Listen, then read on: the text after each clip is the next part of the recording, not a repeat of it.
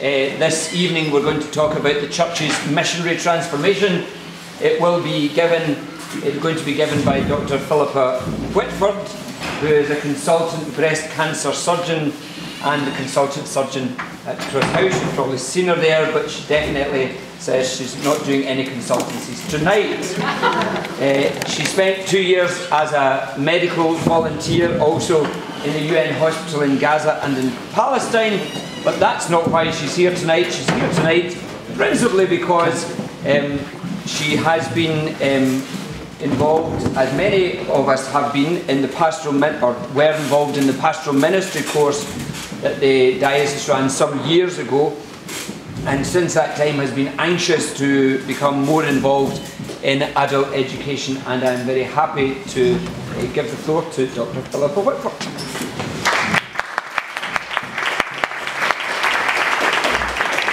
I like that anxious to be involved. That's not how the email read when I got it. I have to say, I can come back another time and talk to you about my time in Palestine. But got this sprung. Luckily, I at least had Evangelii Gaudium in the house, so that was a start. But it was to try and look at this, and obviously many of you were here last week when Father Joe Boland took us through the start. And obviously what Pope Francis is trying to do is to literally pick us up and give us a good shaking. And we hear that in everything from when he came out on the balcony the night of his election. Is something weird happening? No, I think it's because you're all right. Sounds like aliens around.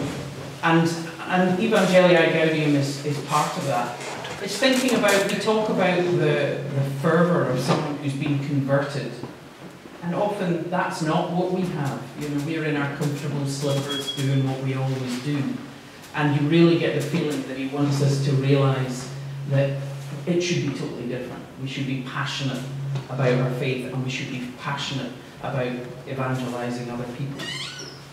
So a lot of it is based on an earlier apostolic exhortation from Pope Paul. Father Boland mentioned that last week as well, Evangelii Nuntiandi. And I studied this when I did the pastoral ministry course, which is 10 years ago now. And I have to say, this was the thing I loved reading the most. This was the thing that made the biggest difference to me personally. When I grew up in Belfast, and so there was, very much, obviously, an us and a them. And they weren't going to heaven, only we were going to heaven. And it always struck me that we'd been going along as Catholics for centuries, thinking that heaven was something just for us and no one else was getting in. We were the new chosen people. We were the new Pharisees, basically. And suddenly when you read this, it was clear that that was all gone. It was the recognition that it isn't just for us, it isn't just for any one group of people, it's for everyone. And what Pope Paul said at the time, we wish to confirm once more that the task of evangelizing all people constitutes the essential mission of the Church. So this isn't just something that Father Martin did, when he was away in South America, or people do in Africa and we send them some money and hand money in on Mission Sunday. It's something that actually should be in the very fabric of our faith. And I don't think that's how we see it normally, unless someone puts it right under our nose. And Pope Paul did it with Evangelii Nuntiandi, and Pope Francis is really trying to do it right now and make us realise this should be real, it should be vivid, it should be passionate. So, Evangelion, the word comes from the Greek, and it means good news. And the moment you realise that that's what Evangelion means, the good news is what we are all about, that Jesus Christ is the good news and brought the good news. And therefore you realise it isn't something that somebody else does, evangelising. They evangelise, we go to church. It's something that should be part of us. He has sent me to bring the good news. And the good news is that we are saved. That Christ has already saved us. 2,000 years ago, He's paid the price for whatever sins we have committed, will commit, and anyone else will commit. All we have to do, and this is the thing, it's not as easy as we might make it sound, is to accept that we're saved and to step forward and follow him. And that sounds very easy, but obviously it isn't. We have to accept it. But he is always there. He's always offering to save us. He's always offering to save everyone. And sometimes people have all sorts of reasons for not noticing that they're maybe angry, or they're hurt, or they're just too busy. There's just too much noise in their lives. They're never quiet enough to realise that that voice is there, just offering, just comforting. And that's one of the problems. That's why so many people don't have a faith, is that it's just got crowded out.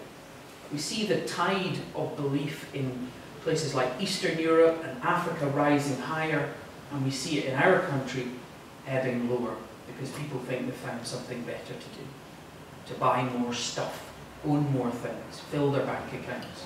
And we can all think of the readings where we know how useless that is. As they say, you can't take it with you. So we are saved. Everyone is saved. And it's not just for those and such as those. There's not just a wee special bit of heaven. It's the Catholic bit of heaven. It's everybody is allowed in. So Christ was the first evangelist. Obviously, he had to evangelize his apostles, and then he sent them forward. And it goes on like that. It goes on in layers and layers. From one group of people who are evangelized, who must evangelize others, who must evangelize others. St. Paul carried it to us, and he carried it geographically to us and through time to us. And it's our job to make sure that it passes on geographically to parts of the world where there isn't that support, but also to the generations that are coming after us, who are in more and more danger of not having that chance. So what Jesus did was obviously proclaim the kingdom of God. The good news is the kingdom of God. And this is absolutely the centre of what we believe, is the kingdom of God. So I must proclaim the good news of the kingdom of God. And in Evangelii Gaudium, Pope Paul says, only the kingdom is absolute. Everything else is relative. So nothing else is as important as inviting people to be part of the kingdom of God, as being part of the kingdom of God ourselves. So the first thing is, what is the kingdom of God? And that's why you're all in a circle. Now we've ended up with 4 rows, but the idea was no hiding at the back. So please just join in. I'm going to stand here till we get some suggestions. I mean, what do you think of as the kingdom of God? Anybody? In your mind, what do you think? The kingdom is here, it's now. Sorry? The kingdom is here, it's now. Absolutely. Absolutely. It began with the first coming of Christ. So it is to come, but it has already begun. What do you think constitutes it? People filled with faith. Mm-hmm. What's the relationship of the kingdom of God and the church? Where is the church? Sorry? Integral. In what way? If we are part of the church, we're part of God's kingdom. Okay. And when we say the church, what would that mean? Would that mean the Catholic Church? Everybody. Okay. So what's the role of the church in relation to the kingdom of God? Is it the kingdom of God? The church? No. No. So what would you see the role of the church in relation to the kingdom of God? Spread it, just taking the word of the evangelism, spread it amongst all faiths. Anyone who is obviously prepared to listen. As the lady said, it's integral between all faiths, because, as I said at the beginning, God doesn't make any difference whether you're a Jew, Catholic. Absolutely. There was a long time where often, I remember when I was younger, where when people talked about the kingdom of God, they often talked as if the church and the kingdom of God were the same thing. And you came to the kingdom of God through the church. But it's not. The kingdom of God is literally, as you say, for everyone. For everyone on the planet. Every human being on the planet has the right to be invited into the kingdom of God. So the role of the church is the means to get to the kingdom of God. The church's role is to invite to explain, to show the way, to support, to help people get to the kingdom of God. And the moment we see that they're not the same, yes, if you're in the church and you're active in the church and you're full of faith, you are in the kingdom of God. But that's not the only way in. It's all the churches. And suddenly that makes the ecumenical work of the church much easier. And that's one of the things that really changed with Evangelii Gaudium. It became much easier for us to talk about the church, meaning Christian, not the church, meaning Catholic, which was a big hang-up before that. And that's the difference. It's whatever way we can get people to come to the door of the kingdom of God. And that's all that we can do, is invite people into it. And that is a role every single one of us has, not just priests, not missionaries, not people on street corners with boards front and back. Every single one of us, every day, all the time. So, we've lots of parables about the kingdom of God. We have the mustard seed, the wedding feast. And this was one that I always found really difficult because it seemed to have a bit of a tough ending. So I'm just going to read a short version of this. So the king said, "Tell those who have been invited that I have my banquet all prepared. My oxen and fattened cattle have been slaughtered. Everything is ready. Come to the wedding." But they were not interested. Then he said to his servants, "The wedding is ready, but as those who were invited proved to be unworthy, go to the crossroads in the town and invite everyone you find to the wedding." So these servants went out onto the roads and collected together everyone they could find, bad and good alike. And the wedding hall was filled with guests. When the king came in to look at the guests, he noticed one man who was not wearing a wedding garment and said to him, "How did you get in here, my friend, without a wedding garment?" And the man was silent. Then the king said to the attendants, "Bind him hand and foot and throw him out into the dark, where there will be weeping and grinding of teeth, for many are called, but few are chosen." I always find that a bit rough.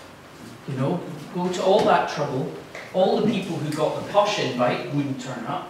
We've been dragging people in off the street.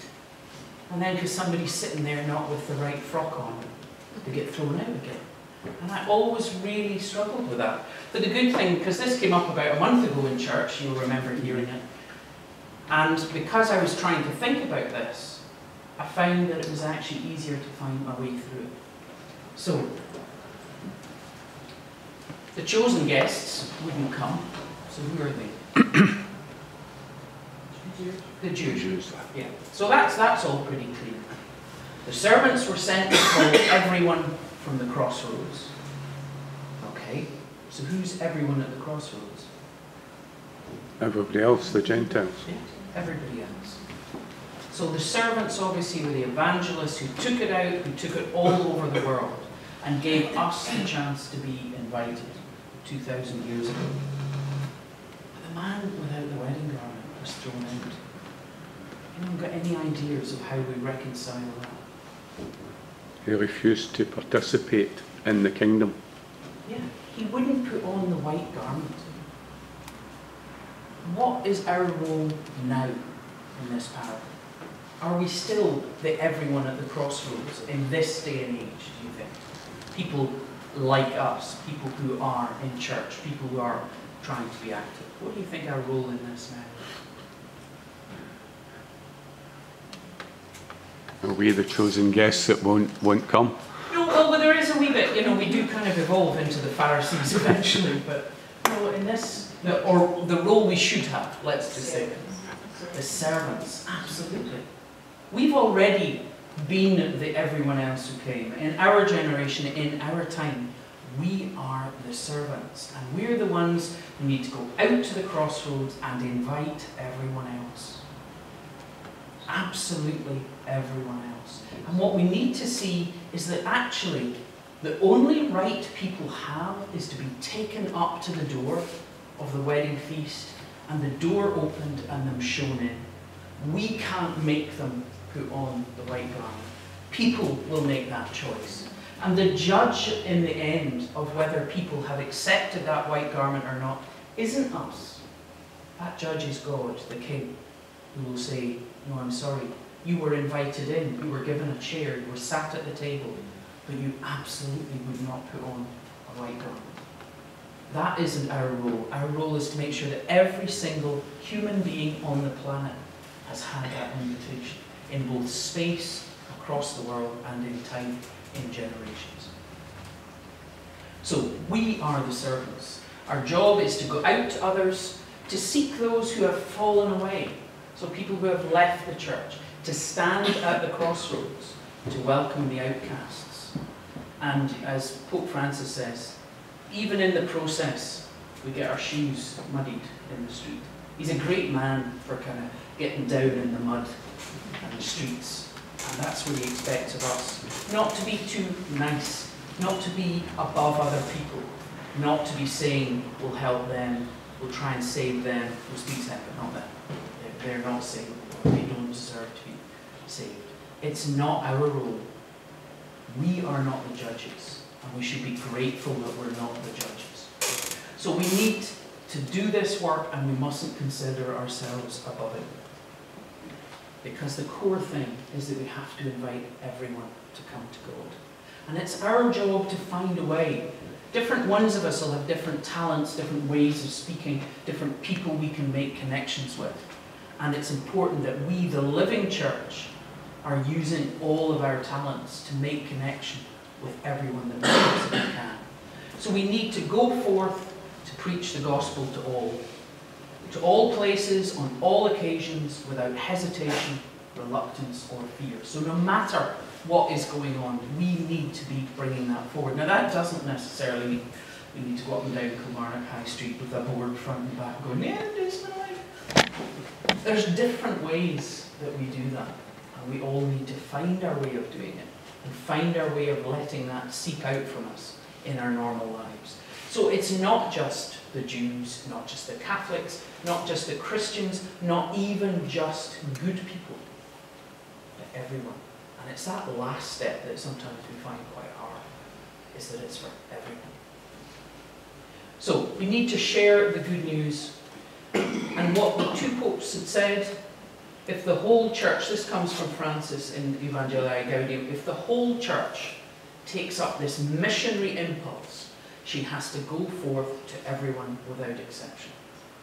And what Pope Francis is talking about all the way through Gaudium is really how it should change everything we do. It should influence our liturgies. It should influence how we organise our parishes. It should influence every single pick of our faith and every single bit of our lives. So Pope Paul made a point of extending it to other faiths, of being open across the world. Pope Francis asks us to reach out to the poor and the despised, the kind of outcasts in our society, and that's tricky. So, before we can evangelize, we need to be evangelized. So how do we do this? Anyone got any idea as how we could make a kind of missionary fervour come alive in our church? Father Bowling talked last week that we're not very happy clappy and we don't like shouting about things. And I don't know whether that's because we're Northern Celts or because we're Catholic or what it is, but we're kind of sober and quiet and we don't like things that are too flashy. So how do we get that missionary fervour? By example. But how would we in this group or any group in any parish, how do we get that fervour?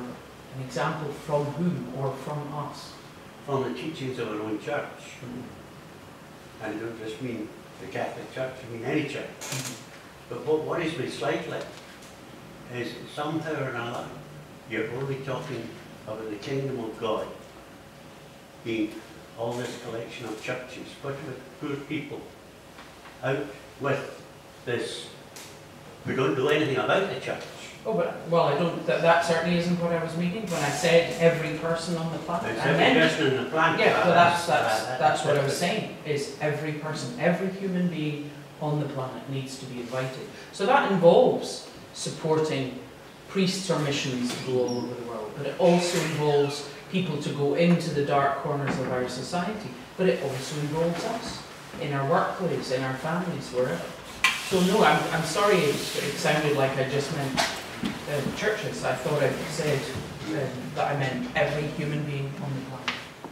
So, but how do we evangelise ourselves? How do we get, I mean, you know, you're talking about obviously the readings of our church. We've had them for a long, long time, and we're not terribly fervent at the moment. We've got to get to know God ourselves and find that way through prayer. So what could we do as a parish? What could any parish? Evenings like this. How many of you were involved in Renew way back in the late 70s? Because it kind of started down here. I was a student when it finally wafted up to Glasgow.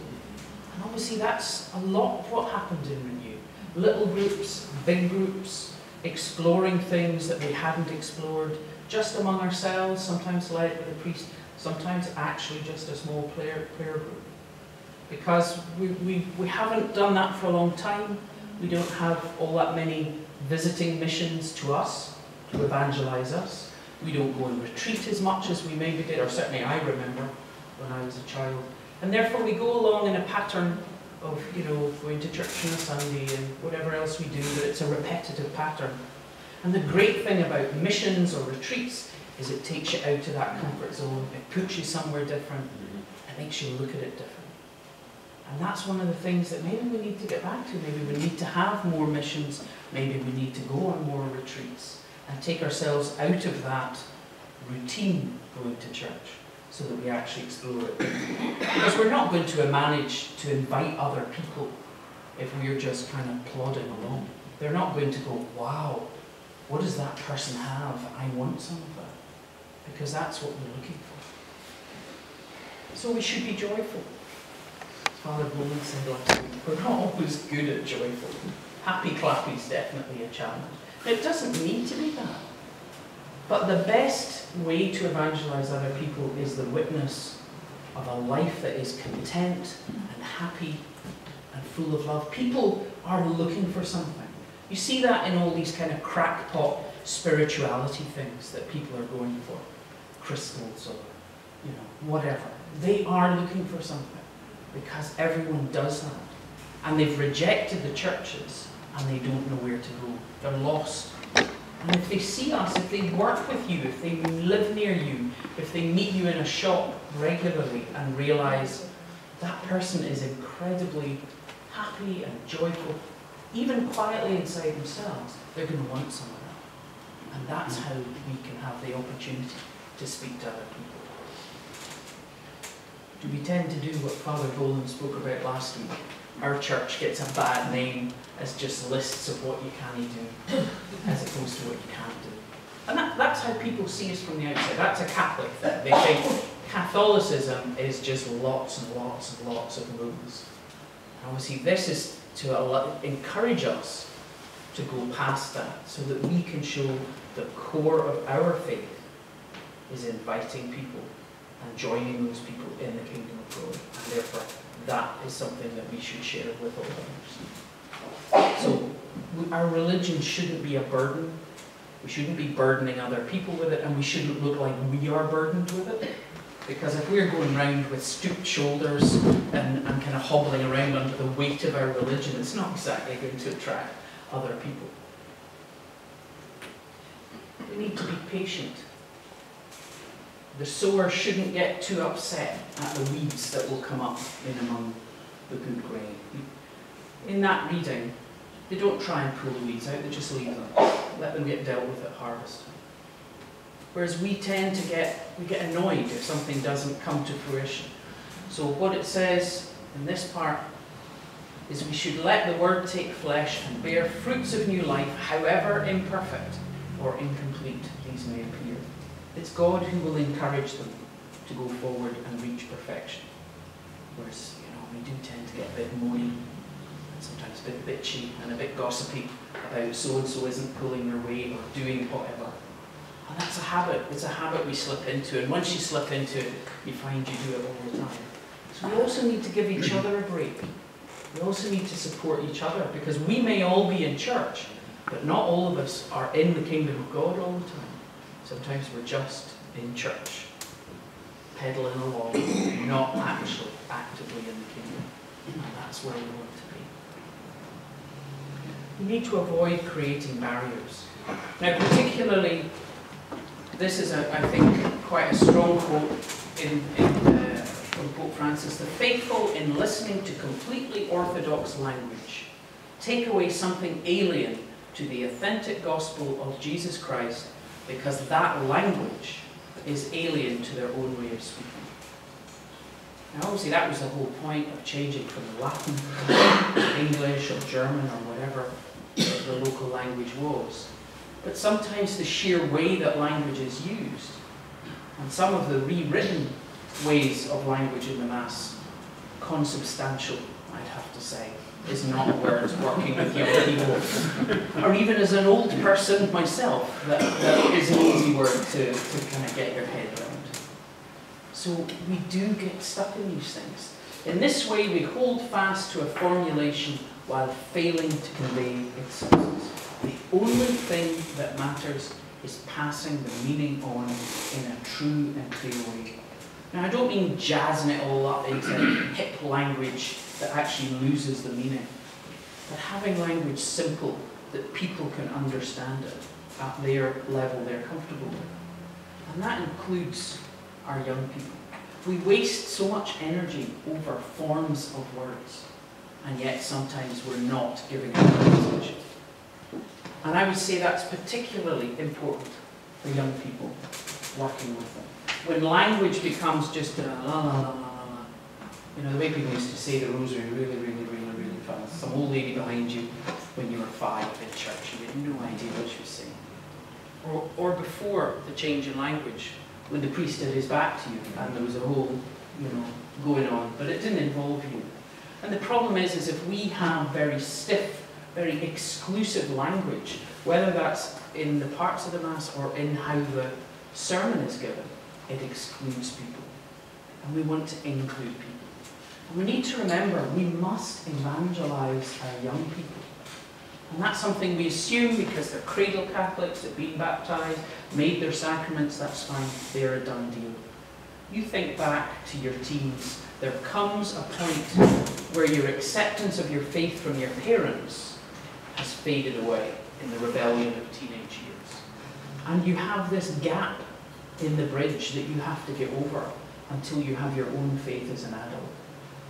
Because you can't really go your whole life believing in Jesus like he was Santa Claus. There has to come a point where he is a real, living, breathing friend in your life. And that's not necessarily what children have. They have to go through the pain in the teenage years to reach that. And we need to evangelize them or they disappear. And obviously that happens a lot. And language is part of that. If the language seems to shut them out, then they don't feel welcome. If people are always telling them to be quiet, or people, oh, we don't like electric guitars, or we don't like those modern hymns, or whatever it is, we drive them away. And they're the future of the church. So we really need to make sure that we reach out to our own young people in our own churches, or the church will just fizzle away in the next couple of generations. So we need to think about how can we reach them? What can we do differently from what we're doing now to reach out to our young?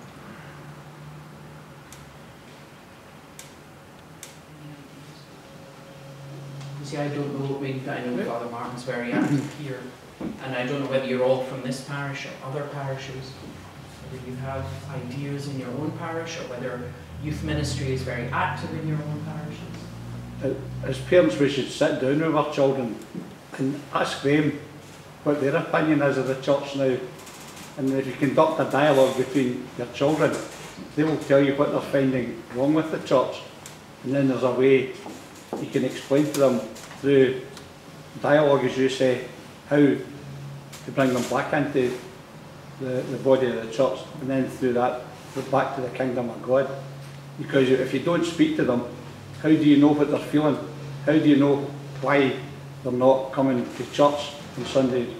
Why are they not being involved in the the various things that young people do get involved in. I know in some areas it might be good, other areas it might be bad, but unless you actually speak to the children, either individually or collectively, you'll never know what the problem is with young people staying away from church. I think sometimes it's, I think that talking to them is absolutely right. I mean, when you think about the other things you deal with your children as they grow up, the rules you set, what flexibility or freedom you give them as they get a bit older, you change your language, you change how you discipline them, you change how you explain things. And sometimes we don't actually talk about faith to them at all. So we don't ever change our language to them. And then all of a sudden, you know, they go to children's liturgy and they love it. They do their sacraments and they love it. At 12, they're gone. And therefore we didn't get the courage to be able to speak to them as people who were on their way to being young adults in a language they needed. And obviously youth ministry is very hard, getting people to organise it, to run it, takes a lot of work.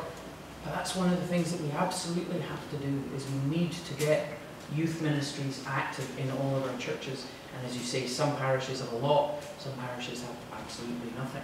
Whereas I don't know about you, but when I grew up, my entire social life was the church. The discos I went to were the youth club ones, the trips I went on were the youth club ones. And one of the reasons I got involved after doing the pastoral ministry course and setting one up in Trim was I was conscious that suddenly at the end of 11 o'clock Mass on a Sunday, my son wasn't running to the back to see his pals, because they were already starting to disappear. And that actually was nothing. We didn't have anything once they'd got through their sacraments. And so that's something absolutely, you know, before we're out, you know, across the world or out down among the homeless people, we actually have to hang on to the people that are in our own church, including our children. We need to be welcoming. So we want to hang on to the people we have. We want to show the people in our church the way to the kingdom. But when people visit our church, and particularly things like funerals and weddings, and baptisms, where people who are not in the Catholic Church or not in the Christian Church come into any Christian or Catholic parish, we need to make sure we're welcoming. We need to make sure that they don't feel excluded or that we're looking down our nose. So one of the things Pope Francis says is a church which goes forth is a church whose doors are always open. And number one was, he said, the church doors have to be open. So that's a fairly simple one. We're by and large not bad for that. We keep our churches open much more of the time than many other churches do. But it's something we need to realise it's important, and not to let it gradually disappear because, oh well, you know, there's young people hanging out and, you know, someone can come into the church. It's important that those doors are open, because we don't know when someone will need to come in here and find peace. So we need to welcome people from other faiths. We need to welcome people who have no faith.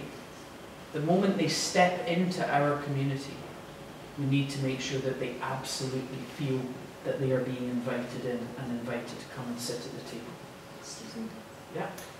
The point there, welcoming people from other faiths and none. I always have a problem with this, about people who have no faith and perhaps resist it always, but who actually lead very good lives, do very good works.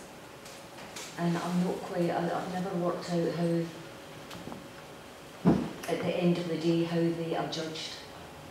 We don't really need to know that, in the sense that it isn't us having to do the judging. To me, the God of the second book, the New Testament, is a God of love. He's not a God of fire and brimstone and rules and shouting. There only are the two rules, which is love him and love everyone else. And we don't know at what point that person who's living a very good moral and ethical life but has not yet found God. Now, whether that's because they think they're too rational, they're too much of a scientist, they can't see God in the world, we don't know at what point they might be quiet and peaceful enough that actually they'll realise that God is there just right beside them. So what I'm saying is, we would never shut that person out. We must welcome that person in. The mere fact that they might be coming into our community for whatever reason it is, they should come in and feel an experience that is different from what they feel going into an office. So, to me, I don't have a problem with someone who has a faith or doesn't have a faith. My job, our jobs, is to make sure that we are always, always, always inviting them. They, in the end, will have to choose whether they put on the white garment or not. And that's between them and God. They don't need to do it outside. We have no idea. It can be a quiet thought. There are lots of people who don't come to church, but yet have a faith in God. Now, the problem is they're not sharing in community. And the whole point of community is actually to help you. As we said, the church is the means. The church isn't the kingdom of God. But when you come together, we all get kind of plugged into the mains and topped up to go out and face another week. And that's what we get from community. So when someone comes in, for whatever reason, a funeral, a wedding, a baptism, out of the rain, whatever, we want them to experience what we experience when we come to church. So all that is meaning is that we should make them welcome. It's not for us to exclude people who have no faith, because nothing is set in time. That isn't the end of their decision. They have their whole life until the end of their life, during which they may discover God. And they have a much better chance of that happening if we have shown them a kind of love and welcome into the kingdom of God. So it's things like, obviously, keeping the door open, not making it difficult for people to come in, not making people feel humiliated if they don't know, the words and things, if they've changed. Maybe it's someone who's lapsed, not been to church for a long time. I remember a thing that happened when I first came from Belfast and lived in Dumfries, and I was in primary 7, that really shocked me to my core. And it was, we went to confession, and obviously it was already 3-4 years since we'd made our first confession. And I remember one of the priests throwing open the confessional box door and throwing someone out by the ear and telling him, come back when you know the act of contrition. And even at my age of 11, I thought, he'll never be back. And it stayed with me. I can see it, and I found it so shocking. Now, hopefully none of us are going to grab someone by the ear and fling them out, but there are little things that we can do that make someone feel excluded or unwelcome or uncomfortable. And a lot of this is about looking at what we do. Why do we do all of this? Is this core to what we do? And if you have the opportunity to actually read Evangelii Gaudium, and it is very readable, it's very Pope Francis. It's just, you hear him talking to you, and a lot of it is just, we need to be shook up, we need to change, we need to see what is important and focus on what's important. We've accreted 2,000 years worth of barnacles on the hull of our ship, and it needs a good scraping. And obviously that's what he's planning to do to us. So, we're trying to hang on to the people that are within our churches, we're trying to welcome the people who come towards us, but we also have to go forth. So we need to reach out to those in need. And as Father Bowling said, it's not, okay, I'll give you a food pack if you'll take a rosary. You just go out and help people, because it's that example of living our faith that will touch the other people who are helping, maybe as you say, because they are good, moral, ethical people. They are also helping in a food bank or a soup kitchen or whatever it is. So they may see what you're doing, and also the person you help. But it's not a bribery, it's not a blackmail. So we need to just go out and help and look to work for the good of others. And we need to be in the world. And as I said, in the dirt, in the gutters, in the streets, in wherever it is we could be doing good. So I prefer a church which is bruised, hurting, and empty because it's been out on the streets, rather than a church which is unhealthy from being confined, locked up in stuffy air indoors, which is a wee bit where we kind of are at the moment. So, within rules which make us harsh judges, so we can end up very intolerant of other people, within habits that make us feel safe.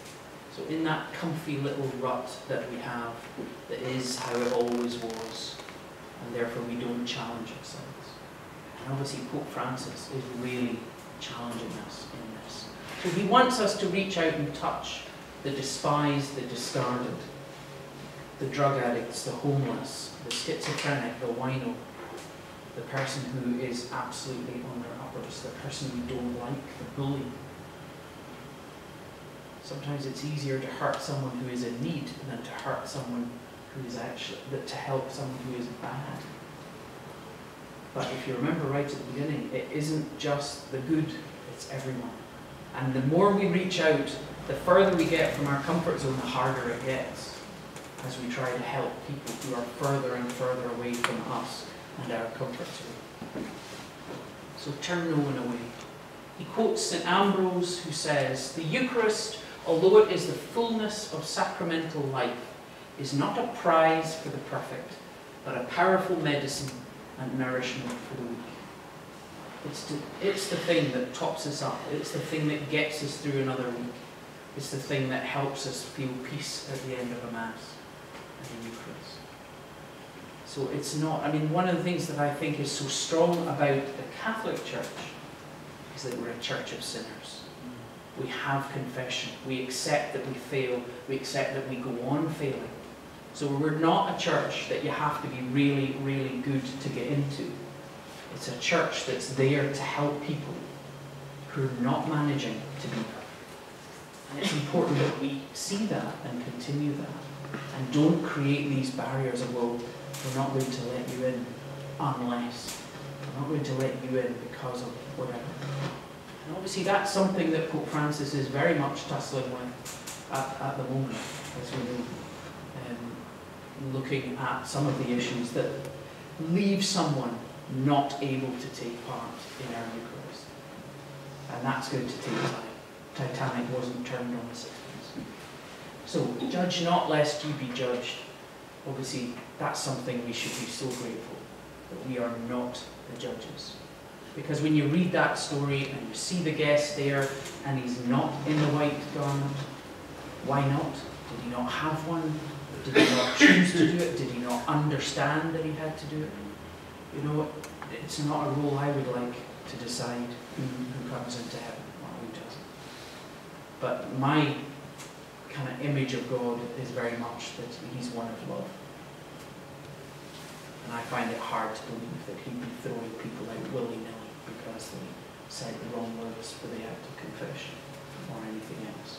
I think he gives us, you know, 1,000,000 times 1,000,000 chances, and all we have to do is kind of be quiet long enough and hear him and then accept him. So, who are the people that are excluded from our church at the moment, and how do we reach them? Obviously there's people excluded by rules, and there's people excluded by geography, and there's people who are excluded by where they are in society and where they are in their lives. And I think if you imagine us becoming that mission church, that missionary transformation that Pope Francis talks about, if that was our one and only goal, to be in the kingdom of God and to be inviting people into the kingdom of God and to be helping people get to the kingdom of God, you realise there probably is quite a lot that we would change. And it's quite a gauntlet, actually, that he throws down to us in this chapter. Thank you.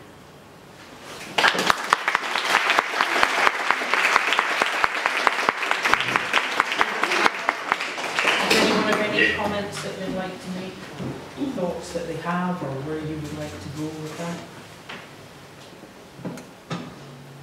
I just want my tea. Philippa, as you were talking about just the good news and inviting us to think about, you know, just the good news before even the sacramental life of the church, just good news, values. We see 3 of them on the board behind us: hope, dignity, and justice. You know, those kind of values. I don't know why it came into my mind, but I remember years ago reading a book about school chaplaincy and how to be a school chaplain, and it was, the title of it was "Wasting Time in School," right? And it went on to tell, you know, pastoral ministry leaders as well as nuns and priests or whatever who were going to be school chaplains that some of your time was just, some of your time would be spent organising retreats for services. but some of the time was just standing there and letting people pass you by and engaging them in conversation. And I think that's often, for instance, here we do various kind of ministry things like, to the homeless or to the food bank or whatever, the sick and housebound. And what, at the end of the day, you might say, well, what did I do for God? Well, I spoke to Jeannie about her family, or I spoke to Malcolm about his holiday next year. Was it the kingdom? Sure was. So it just struck me that sometimes we get to the pearly gates and think we've just wasted our time talking to people, but even that is reaching out. Well, I think absolutely. I mean, as we were talking about it's not that we expect you to go around and kind of get your foot in people's door and trying to evangelise street to street. The greatest thing that you can do is simply to attract people by how you are in your life, how people see you lead your life by you being a friendly and a warm and a kind person. And if you're visiting Jeannie because she's totally on her own the rest of the time, the thing she wants is a chat.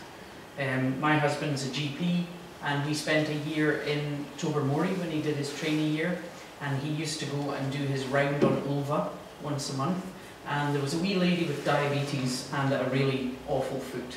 So as his surgeon wife, who was sitting there being Mrs. Peeper, the doctor's wife, he used to take me with him and let me have a look at things. And she used to give you your tea in a thermal cup, the thing with 2 plastic layers, because it was boiling, and therefore you could not get out of her house. And it was a trick that Hans realised that quite a lot of them had that, is that they had various ways of giving you a mug of tea that would take ages to make. Because that was what she needed, was, yeah, okay, that's my food done, now we'll have a cup of tea and a piece of cake. And he has all sorts of his ladies in Ayr who bake for him. Oh, Dr. Peeper's coming to do my call, so I've baked you that cake that you like. And that's often what people need. As Esther Anston was saying, loneliness is one of the worst illnesses that we have. It causes a lot of ill health. So sometimes it's just that. I mean, obviously I'm focused on the younger ones, and one of the things I love is we start them at 11, we start training them as cantors. We have about a dozen young cantors that have gone through our hands who sing psalm and acclamation, etc. And I love when they come in and tell me that they got a medal at the gymnastics or whatever. Simply that at my age, with my son, flown the coop, to simply have that relationship with the younger people in our parish. How do you kind of cope with? There was a recent problem I had where I was experiencing quite a lot of joy because I recently came through a 6-year-long depressive phase where I've been quite suicidal and that. And unfortunately, some of the people that were around me that were used to me being depressed, they've only met me since I was depressed, they didn't really cope with me actually getting better. They actually wanted me to be back down.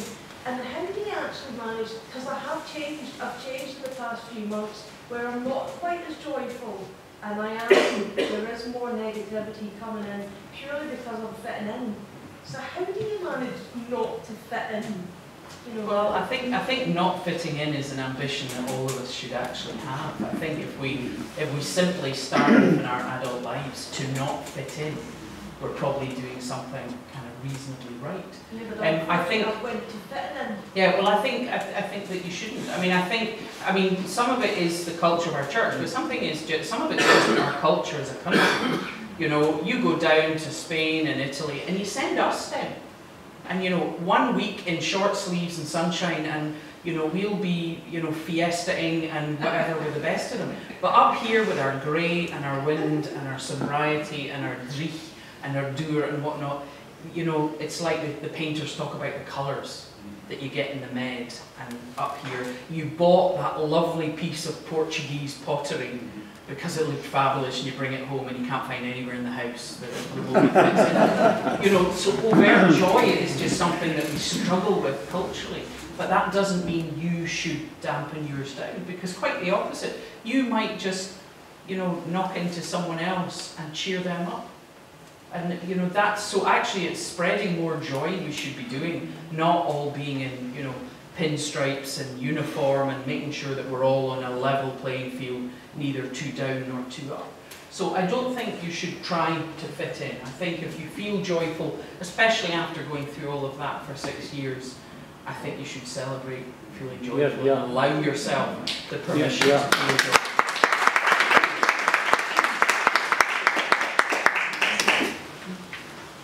Any other comments? What do we do about the problem of drift? Now, we're all here, if we have children, they all gone to what we consider a good Catholic school. Their parents go to church regularly and are members of various parts of the church.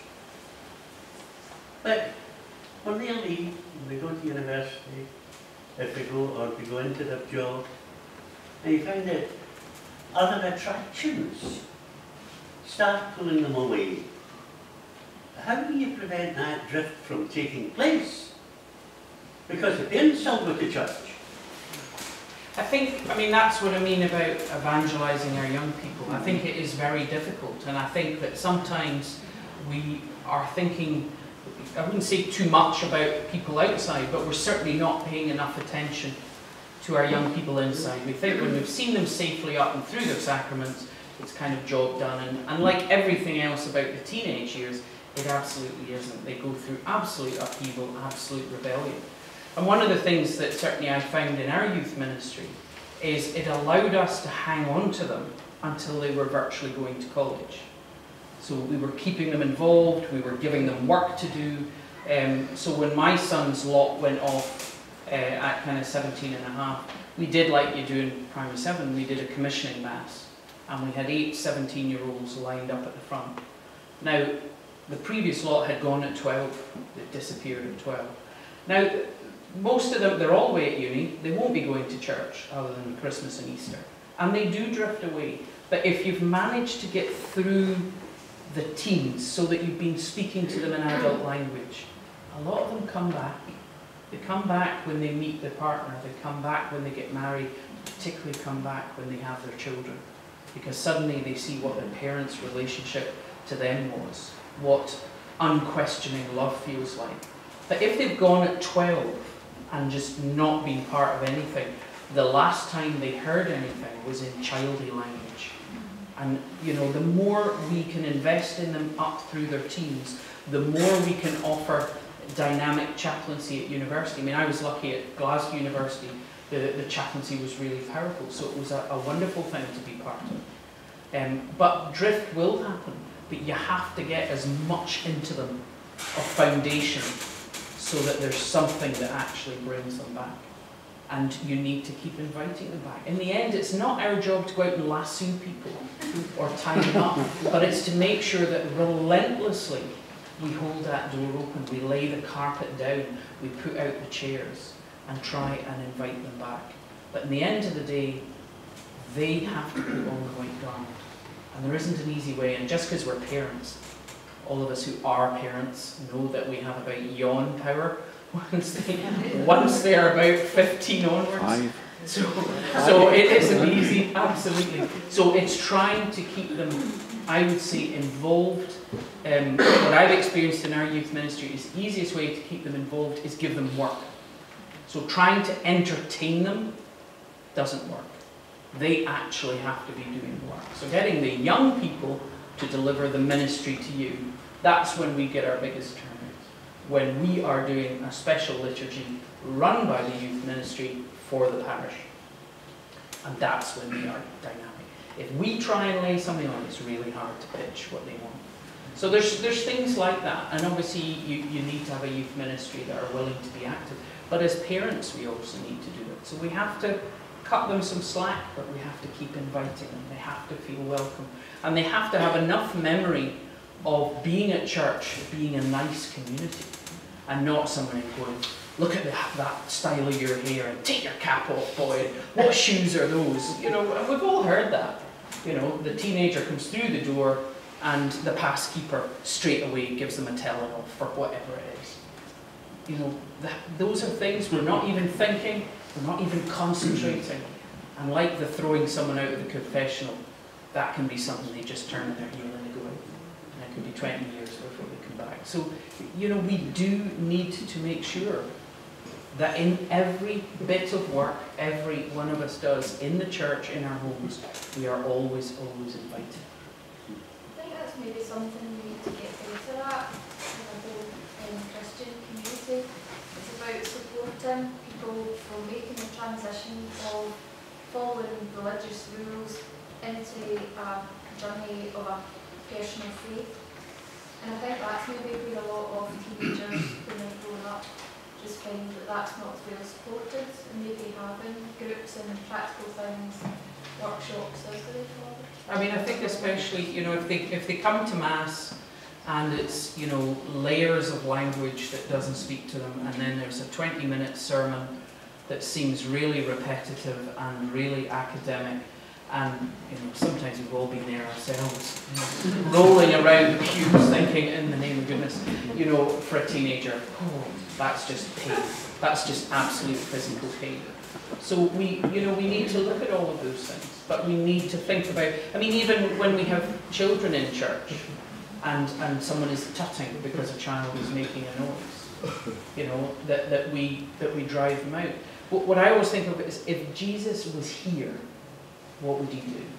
And all the people that are excluded, all the people we don't really like, all the people that annoy us, all the people we disapprove of, you absolutely know he'd be hanging out with them, because that's what he did in the New Testament.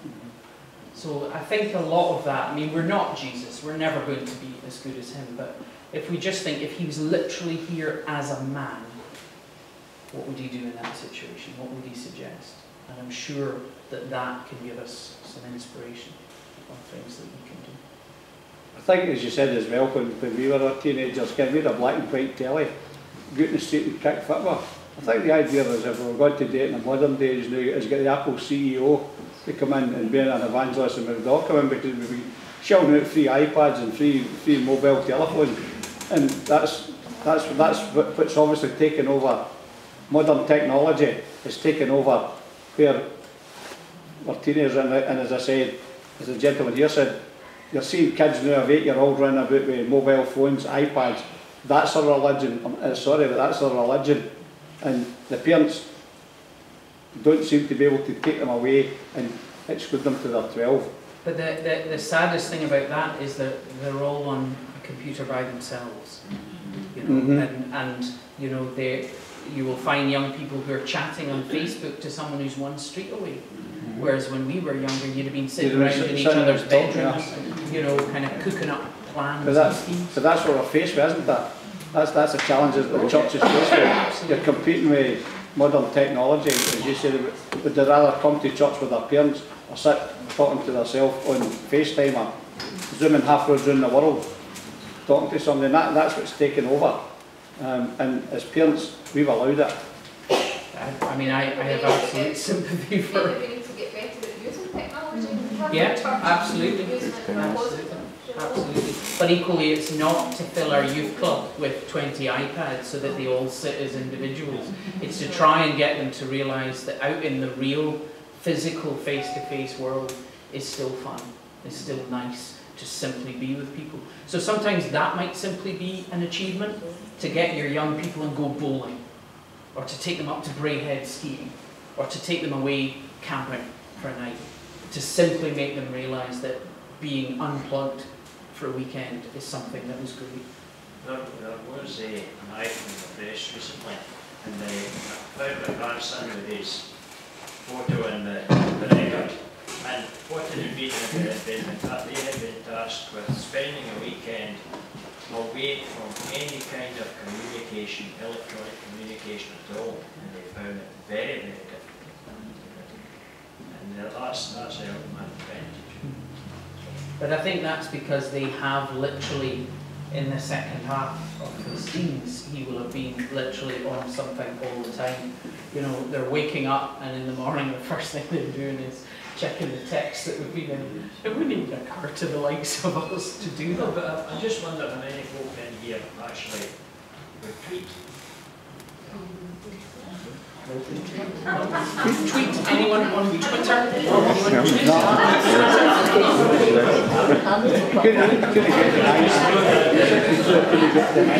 Unfortunately, what I've seen of Twitter attracts me to go on it. Life is way Pope's on Twitter. The Pope's on Twitter. The Pope's on Twitter. Oh, sure. There's the Queen. I'm not quite sure that Her Majesty does the tweeting. I think when she went on the other day, she just pressed the send button or That's what she's got this. One is out of bed and having one's breakfast. I am now on the bus. But yes, I mean, there are these things. I mean, not me. I couldn't do anything on Twitter for you, but there are these things that we should be using. I mean, that's part of what Communication Sunday is about, is trying to help the church actually, capture some of their expertise and think about how can we use it? How can we make it work for us? How can we reach young people who live in that way? Okay. Any more? Everyone ready for their tea?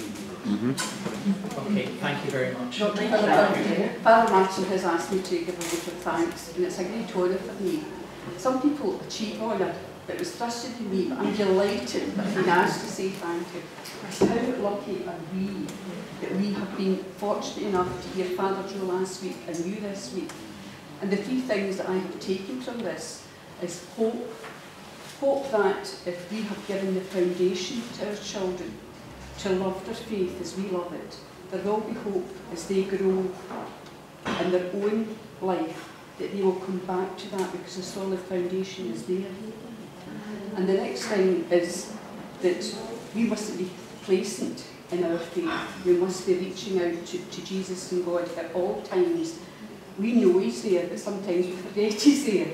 And I think we must remember to speak to Him. But the greatest thing that I have heard tonight is the joy that you have. And for sharing it with us, I thank you very much for that, because it's given me such a great joy to be here. So on behalf of us all here, thank you very much.